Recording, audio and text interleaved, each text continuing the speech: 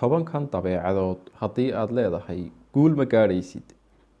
Dadka leh dabeecadahan aan ka hadli doono ma noqdaan kuwo guul ka gaadha shaqada iyo ganacsiga, maadaama ay yihiin dabeecado qofka ka hor istaaga in uu nolosha horumar ka sameeyo.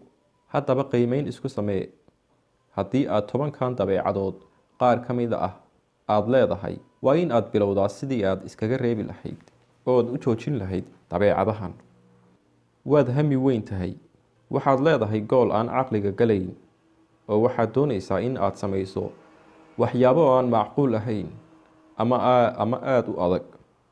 Tani waxay noqonaysaa mid waqtiga kaa qaada inta aad ku haminayso in aad gaadho waxyaabo aan suuragal ahayn oo aan marnaba kuu suurtogelaynin. Qaladaadka waxaad u aragtaa fashil. Haddii qof kale uu sameeyo waxyaabo ka wanaagsan midda adigu aad hayso, waxaad isku aragtaa inaad fashilantay. Sidoo kale waad qarisaa qaladkaaga adiga oo ka cabsanaya in aad ceebowdo. Ma tihid qof qaladkiisa qirta oo cashar ka qaata. Naftaada kuma qanacsanid, khaasatan marka aad qalad samayso. Kor iskuma qaadid ee waxaad eedeysaa naftaada iyo adiga oo aan lahayn kalsooni aad wax ku qabato, maadaama aadan is-aaminsanayn adiguba. Waxaad ka cabsataa khataraha, oo haddii aad samayso waxyaabo khatar leh, waxaad ka cabsanaysaa in aad ku fashilanto, weliba adiga oo ay kaa maqan tahay kalsoonidii aad ku guuleysan lahayd.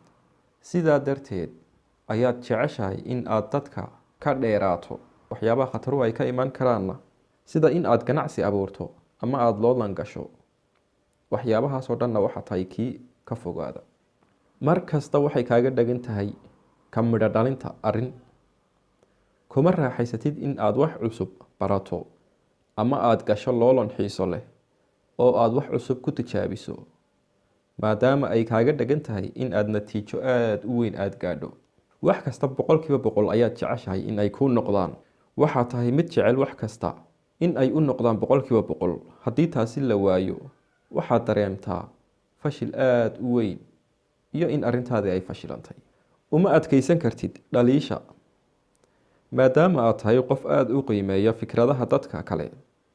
Haddana waxaa tahay mid aan aqbali karin oo aan u adkaysan karin marka lagu soo jeediyo dhaliil ama la dhaliilo shaqada aad qabatay. Dadka kula shaqeeya ayaad cadaadis saartaa. Waxaad doonaysaa in aad qof kasta uu sida adigu aad wax u qabanayso ay u qabtaan, oo haddii aysan wax u qaban sida aad doonayso, oo laga yaabo mararka qaar in aysan macquul ahayn, ayaad eedeysaa dadka kula shaqeynaya. Tani ayaa keenaysa in xiriirka kala dhexeeya dadka kale uu liito. Shaqada ma qaybisid, maadaama aad doonayso in wax kasta 100% ay noqdaan, isla markaana aad cabsi ka qabto fashilka.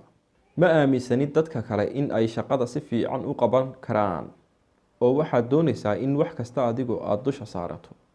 Waad wahsataa, maadaama aad doonayso in wax kasta loo qabto si heer sare ah.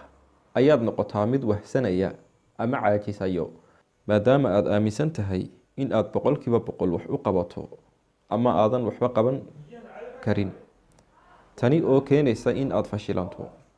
Marka aad fahanto tobankan dabeecadood iyo sida ay xiriirka u leeyihiin, ayaa waxaad dareemaysaa in haddii qaar ka mid ah dabeecadahan aad leedahay, in ay sabab u noqonayaan in aad kuwo kalena yeelato, maadaama midba midka kale ay kuu sii dhiibayso.